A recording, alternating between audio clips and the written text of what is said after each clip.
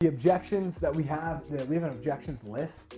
A lot of times these people, they're really not saying no, they just don't want to make a decision, right? If you call age leads, you'll hear some crazy stuff. If you are on live dials and you hear Trey, he talks to all the people that seem to have some crazy stuff to say, but Call her back.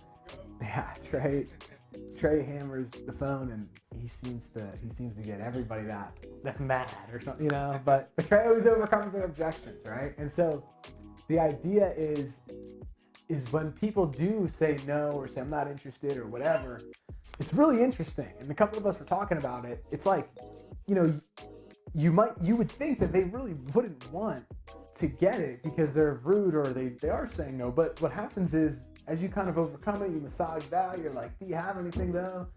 They're like, I'm in the grocery store and my ice cream is melting in the back of the car, or like, whatever the objection is, right? And you're like, yeah, no worries, I'll have you off the phone in 30 seconds. Do you have anything in place? And they're like, yeah, no, like I don't have anything. It's cool though. Like I'm all right. And you're like, okay, cool. Well, my job is just to make sure you're in the best position possible.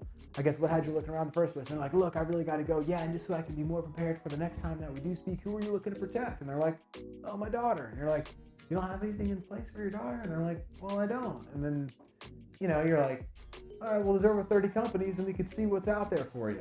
And then they're like, all right, cool. And then any kind of medical diagnoses or ailments? They're like, no, nothing. They're like, I think we could get you a pretty good policy, right?